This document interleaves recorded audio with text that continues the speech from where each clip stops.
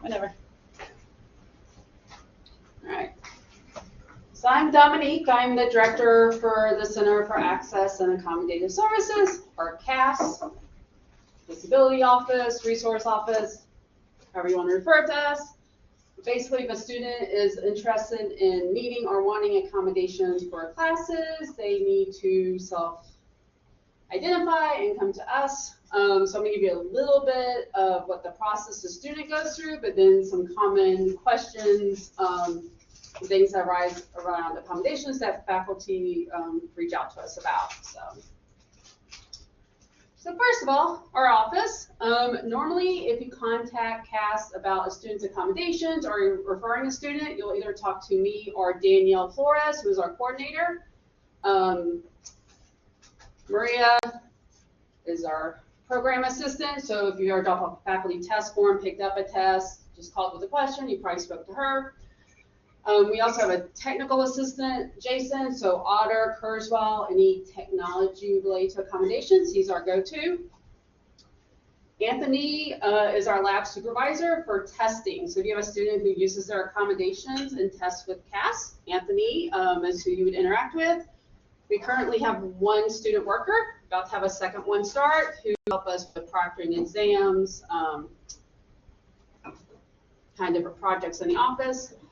We also have a employment program called SEED, which Colleen is the coordinator for, does all the employment placement, the instruction for. So in some ways, we're a very small accommodations office, even though that's a lot of people. But Danielle and I are primarily the contacts for accommodations for students in classes.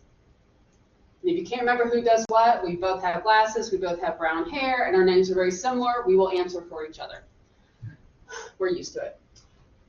So the mission for CAAS is to provide campus accessibility and accommodations that foster the development of students' abilities. One thing we like to point out is we're not guaranteeing a student will be successful in the class. I know that's what we would all want, but we're making sure that they have access so they can, work to the best of their abilities. Sometimes instructors ask why a student has a certain accommodation. We can't disclose why students have certain accommodations, but we kind of talk about how, it's just to enable them to, fully access the content, the curriculum, work to the best of their skills. We do aim to provide all services in an organized and timely manner by following the different federal and state laws we have to follow. One thing is, we have students walking in now who are like, oh, I filled my first test already, can I retake it? I can't tell you yes, I can't tell you no. I'm just going to tell you just because you have accommodations doesn't mean you get to retake anything. So talk to your instructor. They have classroom rules and policies you all have. So that's like the #1 question we're getting right now is I didn't do anything before the semester started, but can I retake my test from last week that I didn't pass? Or can I still turn in my homework that was due the second day? We direct them back to you all. So the legal part. So this is what we follow to determine if a person meets the criteria to have reasonable accommodation. So according to the Americans with Disabilities Act, the person must have a physical or mental impairment. That does include learning disabilities, ADHD, mental health diagnosis, which substantially limits one or more major life activities, such as attending college, and has a record of such an impairment or is regarded as having an impairment. So what that means is there is some sort of documentation from a licensed professional that shows that this individual needs accommodations. So that could be they had accommodations in high school and they bring us that IEP 504 plan. It could be an older adult who's developed a medical condition who now requires some accommodations. We just don't take someone's word for it like, hey, I have ADHD and I need to have double time. Well, I need some proof.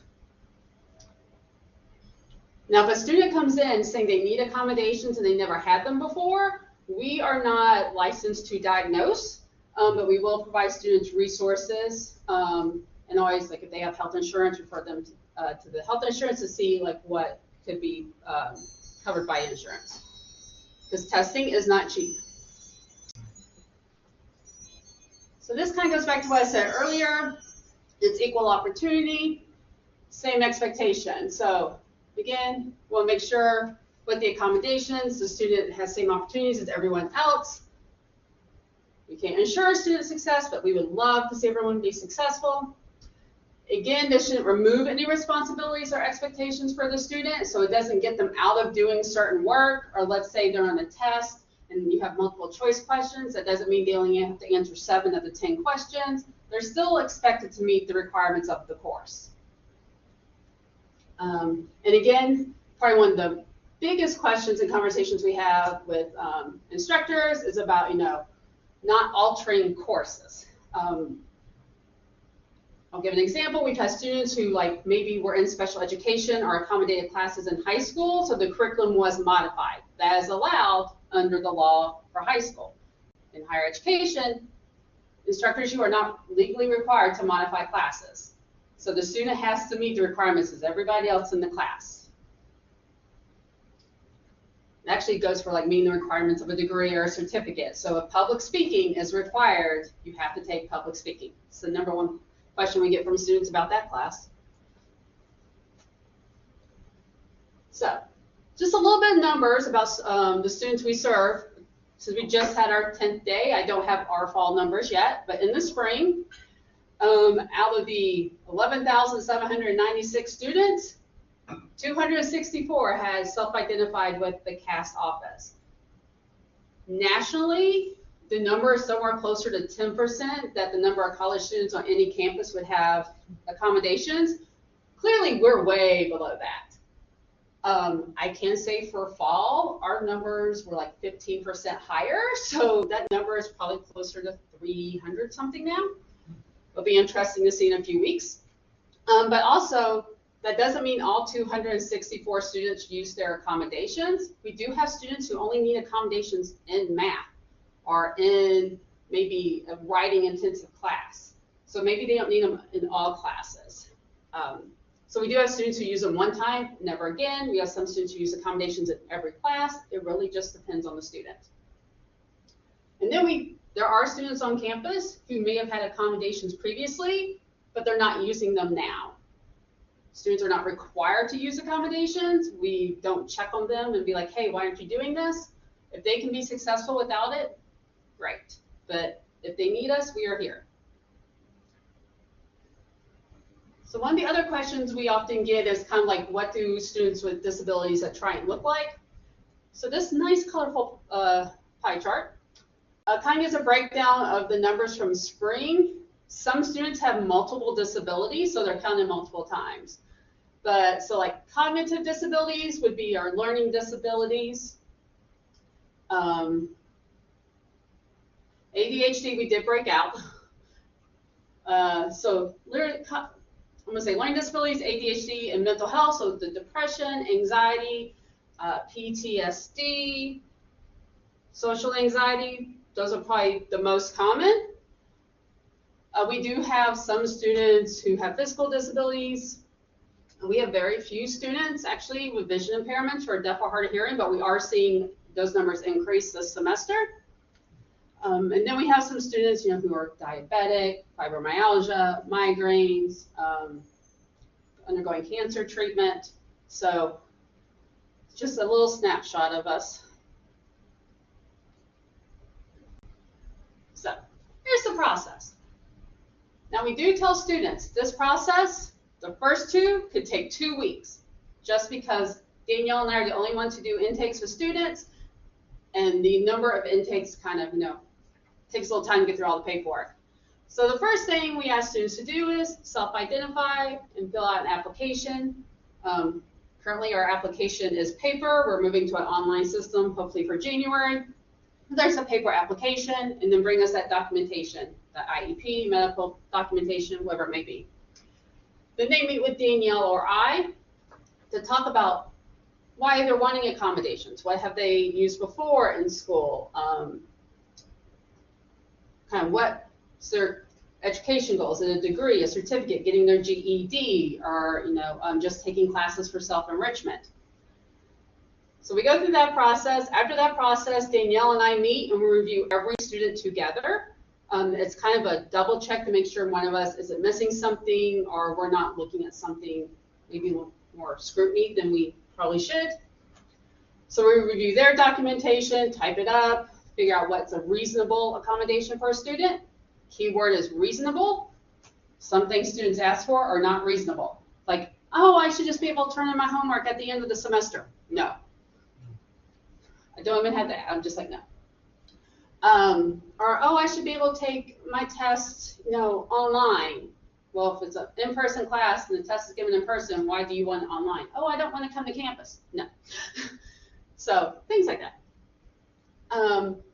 So we send an agreement to the student. It lists what they're approved for and next steps. We tell students, you can type your name, email it back to us the same day, we'll get everything finished. What causes many students not to get accommodations right away is they don't send that agreement back. Like we email them, we'll wait a week, email them again, we will call them, and then usually they show up around midterms and finals. Like, well, my instructor said they didn't know I had accommodations. Well, you don't yet. We need a signature. And there's some other forms they fill out depending on what the accommodation is.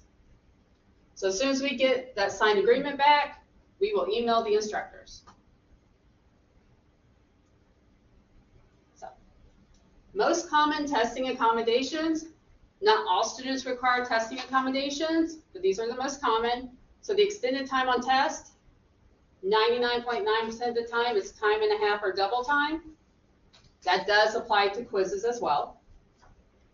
Tests read aloud, we use software to do that. We are not asking instructors to read the exam. If they need it read aloud, they can come take the exam in our office. We'll set it up on the computer or the scanner and have it read to them. Low distraction room. I do not mean no distraction. We have students who are like, it's too loud, and all they hear is the clock ticking. I'm like, well, I can take the clock down, but you can't wear headphones unless it's noise canceling and approved as an accommodation. Use of a calculator, mostly math, and then use of a computer for longer responses. That's usually those heavy essay written exams. We usually have the student type it on our computer in our office. We will print it out or save it. We do not allow them to use Google. Like, they can't save it anywhere else. We will print it and give it to the faculty. Did I accidentally hit this? No, okay. Testing process. So the student has to tell us they're going to be taking a test. We ask for 48 hours notice. We do understand students don't always do things in a timely manner like we would want them to. So we do have students walk in the day of wanting to take a test. We try to accommodate them, but the thing is, we need notice because we need the test from you all. I don't have every test on this campus. Some tests we actually can't give. So for example, automotive, I can't bring a car into the CAAS office. Like, I work with the automotive department, they apply the accommodations. But any test, be it on Blackboard, my math lab, any other platform or a paper test, students are able to take in our office. All we ask from you all is a faculty form. This thing is very sensitive. To give us the parameters of the exam. So the most important thing is how much time the class gets for the exam, so we know how to apply their accommodated time, and then what they're allowed to access during the exam. So if you don't write scratch paper, we don't give them scratch paper, and we do collect it at the end. A calculator, note cards, textbook, any other website, formula sheet. If it's not written under there, we don't allow a student to do it. Now, we have had it happen where faculty's forgotten to write it, and then we call you. That's why we ask for a phone number during the exam. We'll call you and be like, hey, the student is saying you were told they could use a 4x6 note card. It's not on here. Is that allowed? Or if there's a password for an exam and the password doesn't work, about 3 of us will be calling you trying to figure out what that password is. I will say one thing that comes up is if you give a quiz weekly. So there are classes that I know have a quiz every Thursday. I know this is a lot to do every week. I have worked with some instructors and it has worked pretty well so far, They basically, at the beginning of the semester, they can give me their syllabus, I'm fine with that, or I had a teacher type up a very nice chart of all the due dates of the quiz and the exams, gave me all the parameters, and basically it's now up to the student to contact me by Friday at 3 o'clock if he's going to come take it. So I'm assuming if he doesn't show up in my office before we close, he took it in class. But the instructor gave me one form, I used the one form, so I don't think you need to do this 16 times. So if you have questions like that, feel free to ask me. I then tell the staff it's okay, and then we have another way to track it. I know we used to deliver exams like pre-COVID. We don't do that anymore. But let's say you have a student taking a quiz, but then they got to come back to class for instruction. If you ask, I will put the test in a sealed envelope and sign it and have the student deliver it to you, and we will email you when they leave our office with it. I just can't guarantee they'll get from A105 to here without stopping to talk to people and things like that, but we will email you when they leave our office. And usually if you don't pick up your test within a week, we're calling and emailing. All right, so that was all testing. In the classroom, Otter AI, and I don't want the AI part to scare anybody. Otter is the software that Triton has purchased for students to record lectures. I know some instructors do not like to be recorded. Be it themselves don't like to be recorded, they don't want their lecture recorded for privacy reasons, depending on the class. I do understand it. If a student is using Otter, they have signed an agreement with us. And it clearly states there's 8 things. And it's like you cannot, take a picture of another student in the class. If, let's say it's a class and something personal is being shared, like psychology, and someone's sharing a personal experience, an instructor can ask them to turn it off, and they need to turn it off. They can turn it back on when it's done. They can't ask a classmate to record for them so they can skip or miss class. And they cannot sell the transcript. That's the main thing. If students are found to be doing any of those, then they meet with me and we decide if Otter is still a reasonable accommodation or not. I do know there are instructors in the math department who record their lectures and post them for everybody in the course. So I was like, that's great. They don't need to use Otter. And Otter doesn't work great with math anyway. It doesn't understand formulas. So X squared is not X squared. It's X, S-Q-U-A-R-E. So it doesn't really work. So normally we'll pay for a note taker. That's also available to faculty and staff to use. CAAS just manages it. We actually pay for the licensing for it. Right now we have 120 individuals using it out of 150, and I think there's about 25 to 30 more who have requested it. We just haven't gotten through them yet. Kurzweil is text-to-speech. Basically, if someone wants a book read out loud, this is the software we recommend. All you need is your Triton credentials, so you can log directly into it. The directions are on the CAAS web page. So if we have students who are used to having audiobooks from other schools, we're like, let's get a PDF of your book from the publisher, which we will do. As long as we have the receipt that they bought the book, we can usually get a PDF. They'll email it to us. We let the student know how to work with Kurzweil to read the book. This is also the same software we use to read test aloud. Basically, you can access it on any computer, tablet. There are scanners in the library and the ETRC. If students want to scan anything, they can even come to our office and we do it for them. And again, both of these are free for everybody.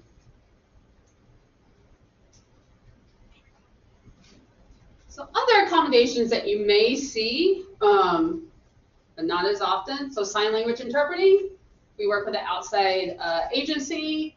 I normally need at least 24-hour notice for them to find an interpreter, but we do interpreting for graduation, any campus-wide events where it's requested. If a student's like taking the placement test and they need the directions, I will pay for an interpreter just for them to come do the directions for the exam. So, personal attendant. We do have students who do require a personal care aide, the PCA. They cannot sit in class if they are not a registered student. So they can come in and set the student up, but then they need to leave when instruction starts, and at the end of class, they can come back, because only registered students should be in your classes. I do know there are parents who are serving as personal care attendants for students. I've had this conversation with them. They can sit in the hallway, they can go to the library, go get a cup of coffee. They just can't be in your classroom.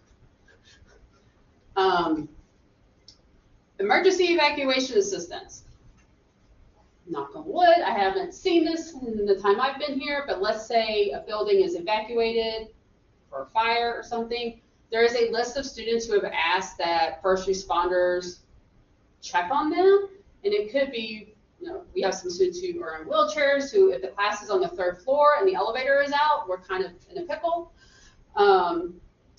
So it's just the way first responders are given a list of names just to make sure the student's accounted for. That is it. They don't tell me when this happens. They're not going to call the student's parents. It's literally them checking to make sure they're accounted for. Service animals. I do not mean emotional support animals.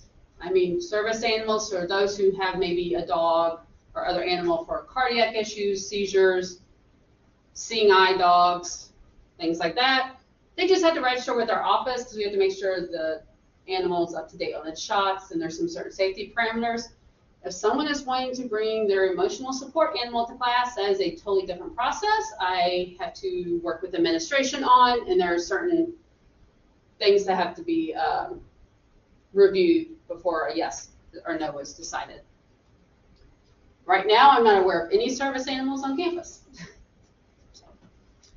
Although I have had students walk into my office with a cat in a backpack. So anything is possible. And then we have to have a whole nother conversation. Class relocation, if you ever in a class, and I'm going to say the 3rd floor again, usually there's a student with a mobility aid or concern with using stairs. I put in a request to have the class moved to the 2nd floor in one of these buildings that's connected by the Skyway or the 1st floor.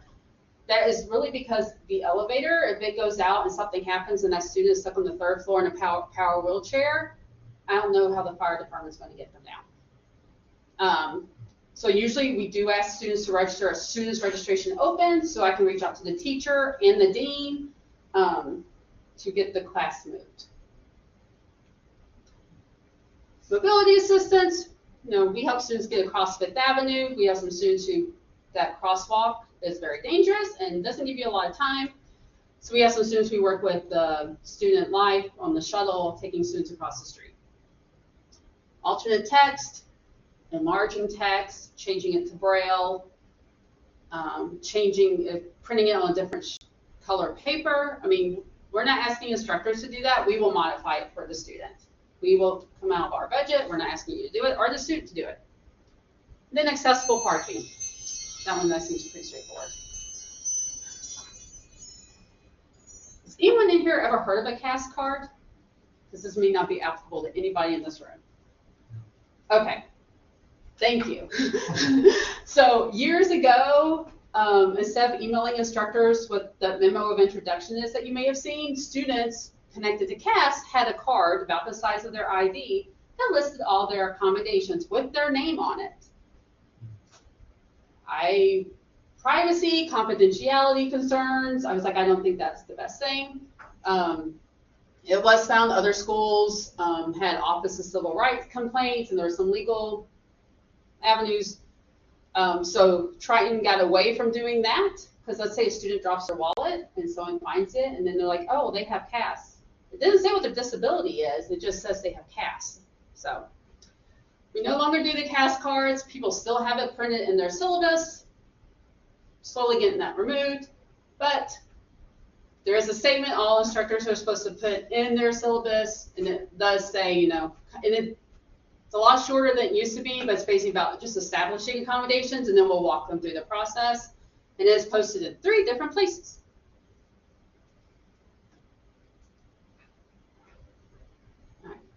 So I'm assuming some of you are here because you have questions. So feel free to ask. It'll give me a break from talking.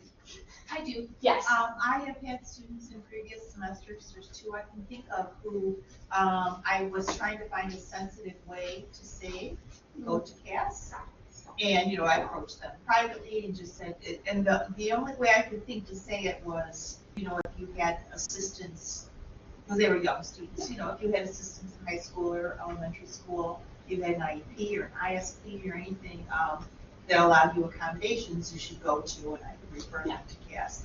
Other than doing that, unfortunately, I don't know that they did it. Right. And they struggled through the semester. And, you know, my heart went out to them because I thought they could have been getting more help. But as you had said, unless people self-advocate, Yes. right? It's not like I could call your office and say, could you check on this, you know, right?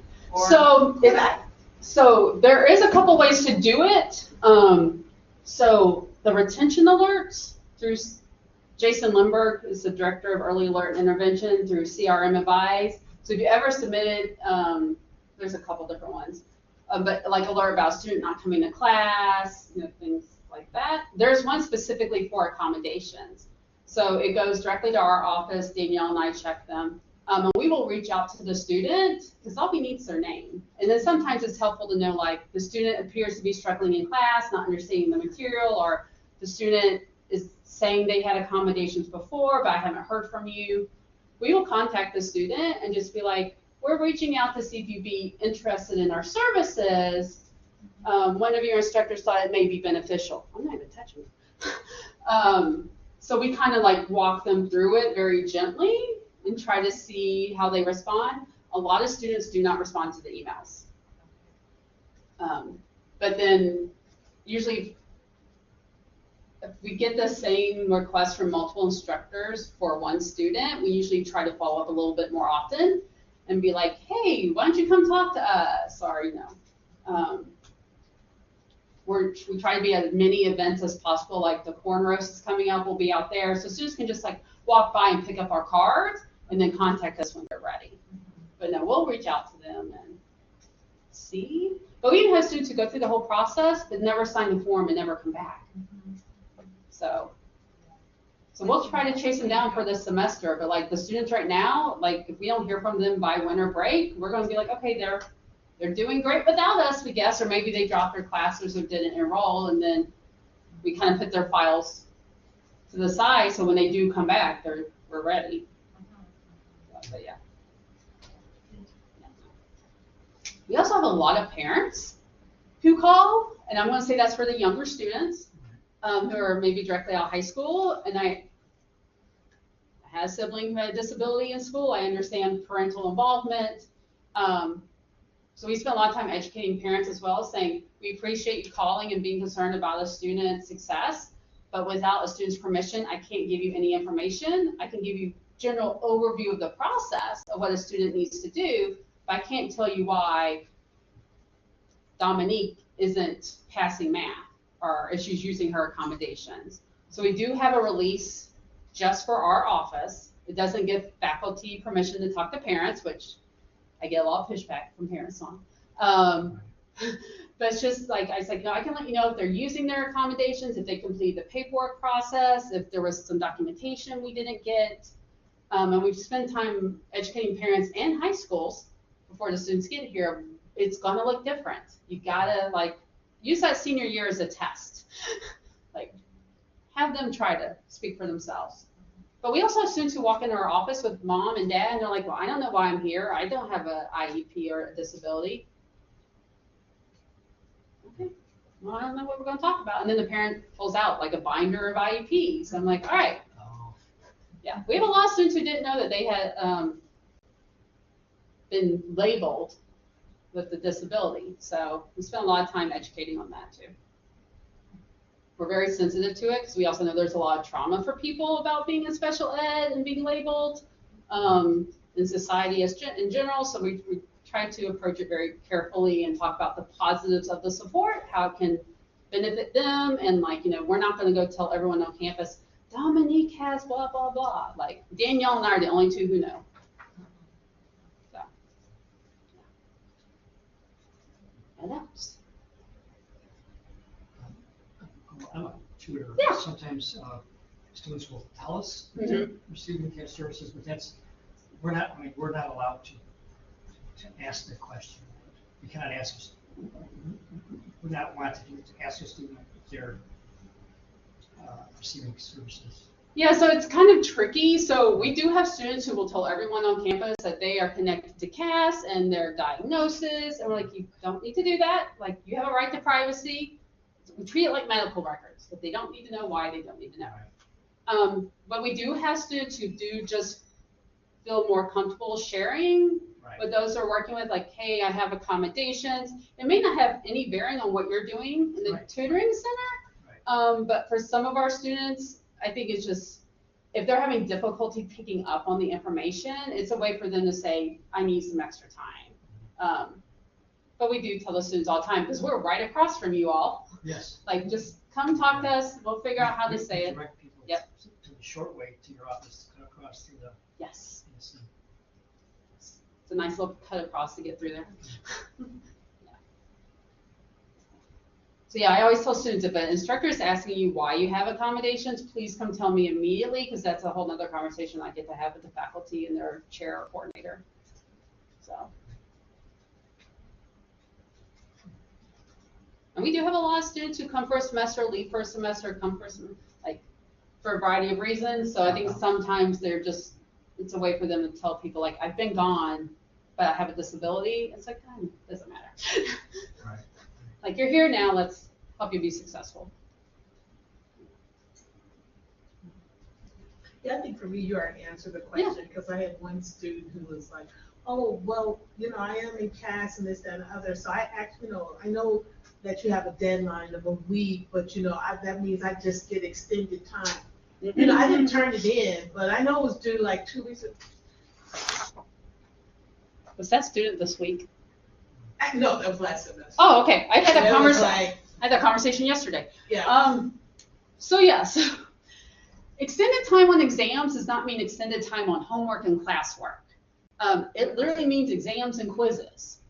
So the little handout I gave you all, it kind of lists the most common accommodations with a description, and one of them in here is extended time due dates for assignments.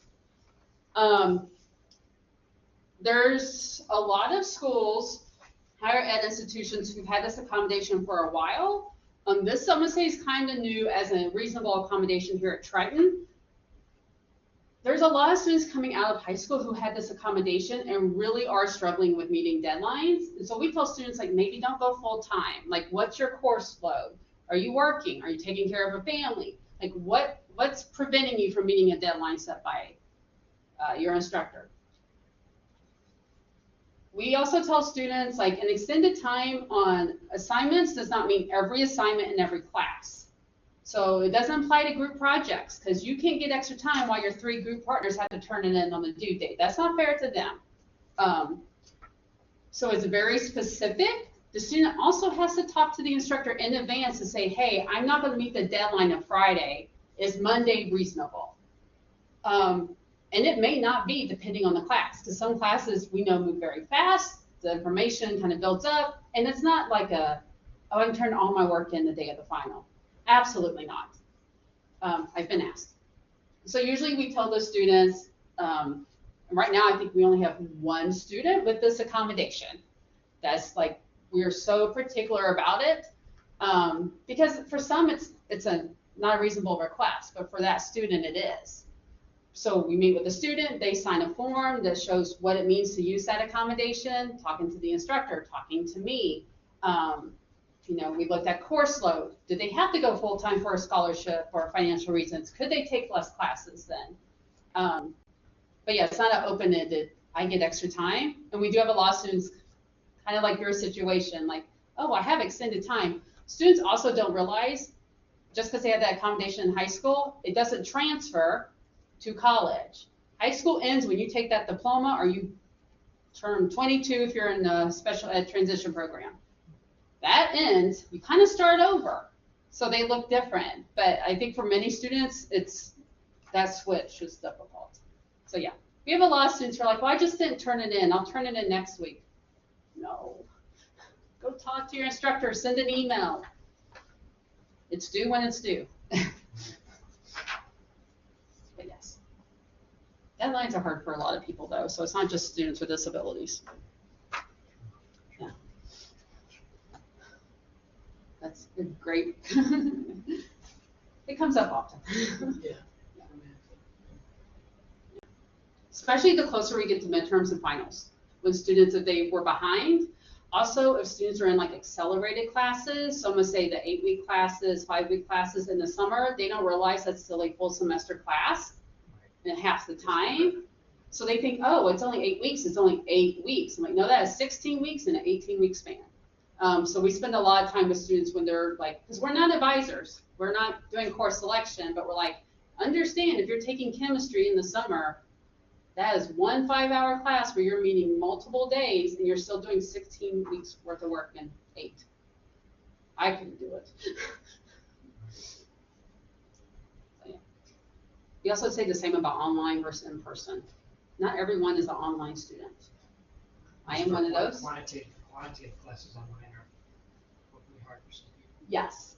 We have a lot of students who are just like, oh, I'll take it. Well, it may have been because that's how they did a lot of instruction through high school and junior high through COVID was online. I'm like, the online college class is a little different depending if it's asynchronous, synchronous, like what's the content area. We have a lot of students who just, maybe can't get transportation on campus, so they take online classes, but then they don't know how to learn in that environment.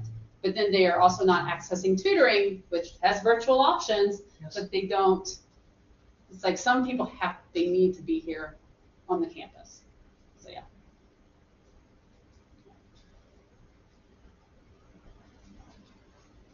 What else? If you're ever in the A building, you just want chocolate, you can come by the office. We have Dark or light? Which one? Dark or milk chocolate? Which? I think it's milk chocolate, but I have dark chocolate in my office. Most Okay. people don't like it, so I just keep the dark chocolate. Yeah. That's true. Just keep it. But yeah. But no, if you ever have a question, feel free to ask us. We are open 8 to 6, Monday through Thursday, and 8 to 4 on Fridays. Let's say if you have a night class and a student has an exam, we do work with the testing center a lot, but if it requires an exam to be proctored by one of our staff, we will stay late. We just need notice to make arrangements. So even though our hours are 8 to 6, periodically one of us will stay. Like I was here one night till 8:30 for a math class with a student, being a scribe for a test. So. Thank you. No problem. Lots of good information. Good things. Yeah, very helpful, thanks. Now sometimes the legal stuff can be very boring, but you know, try to give good examples. Exactly. Yes. Cool. Well, you got some time back on your Thursday. So much. To go enjoy the nice weather.